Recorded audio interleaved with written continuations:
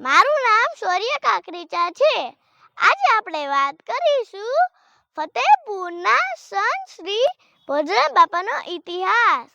સૌરાષ્ટ્રની ધરતીનું એક સદભાગ્ય છે કે અહીં સંતોના શુભ આશીષ સદૈવ વરસતા રહે છે.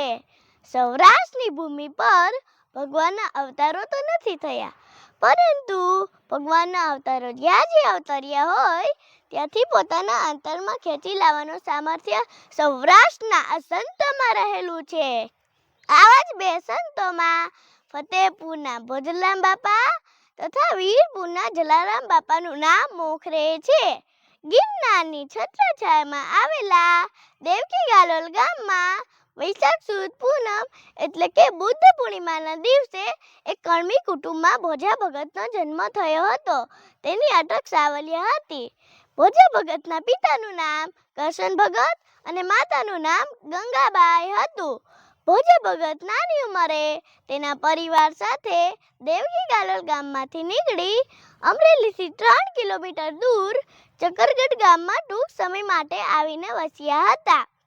પરંતુ ભોજા ભગતને તો કોઈ શાન સોળે આશ્રમ બાંધી આઠે પ્રહર ભક્તિમાં આનંદ કરવાની તાલાવેલી લાગી, જેથી અમરેલીથી 3 કિલોમીટર દૂર એક સ્થળ ઉપર તેમણે આશ્રમ બાંધ્યો અને ધીરે ધીરે આ સ્થળ ઉપર ગામ વસ્યું, જે ફતેપુર કહેવાયું, જેને આજે લોકો ભોજલધામ તરીકે પણ ઓળખે છે, જ્યાં તેમના સ્મૃતિ ચિહ્નો આજે પણ યથાવત જાળવી રાખવામાં આવ્યા છે. આવા વિરલ સંતોના શિષ્ય પણ વિરલ જ હોય છે, અને તે વીરપુરના સંત શ્રી જલારામ બાપા.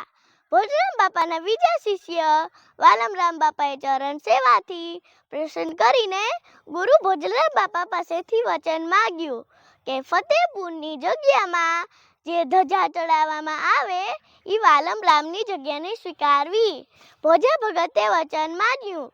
આજે પણ જન્માષ્ટમીના દિવસે વાલમરામની જગ્યામાંથી આવેલી ધજા ફતેપુરના ગુરુસ્થાનના મંદિર પર ચડાવવામાં આવે છે.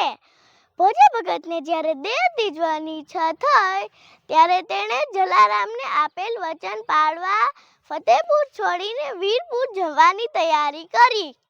પરંપરા પ્રમાણે ફતેપુરથી વિદાય થતા પૂજ્ય શ્રી ભોજરામ બાપાએ સ્વજનોને પોતાના ચરણ કંકુમાં બોળી અને સ્મૃતિ ચિહ્નો તરીકે આપ્યા, તેમજ પાઘડી અને માળા આપી.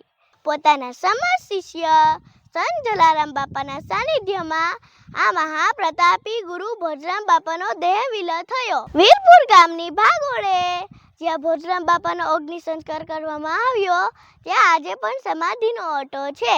સૌરાષ્ટ્રની આ ધરા જ્યાં ભોજરામ બાપા જેવા ગુરુ અને જલારામ બાપા જેવા શિષ્ય અવતર્યા, ધન્ય છે સૌરાષ્ટ્રની આ ધરાને.